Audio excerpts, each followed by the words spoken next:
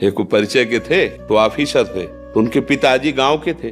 अंगूठा डाले और ऐसे कांच लगाए और गए वहां। पहले तो घुसने ही नहीं दिया, तो उनका ले जो तुम्हारे सर हैं उनके हम बाप हैं। तो हाँ रास्ता जब गए तो वो कुर्सी से नहीं उठे, तो उन्होंने देखा उनका अब पिता तो पिता ही ला देखा, तो उनका हम तो मिलने आए थे आपसे, बात की, वो वापस हो गए। और जब वापस हो रहे थे धीरे धीरे कदम से, तो उनके बगल वाले ऑफिसर, ये कौन था, आपसे कोई प्रणाम नहीं किया, मतलब आपको सलूट नहीं किया आप ऐसे? बोले हमारे घर का एक नौकर था वो मिलने आया था। उनके कान में आवाज पड़ी, आंसू गिराते हुए गए और जब मिले हमसे तब बताया कि कह रहा था अपने ऑफिसरों के सामने कि हमारे घर का नौकर है। बोले पढ़ाया लिखाया मेहनत करके उसको उस पद में पहुंचाया, और हम ही को कह रहा था कि नौकर है, उठ के पैर भी नहीं छुआ था। उनका कल्याण की तो बात जाने दो, कभी शांति और चैन से सो नहीं पाएगा, क्योंकि औरों का साथ चाहे विलंब से लगे, जिसने पाला है वो माता पिता, नौकर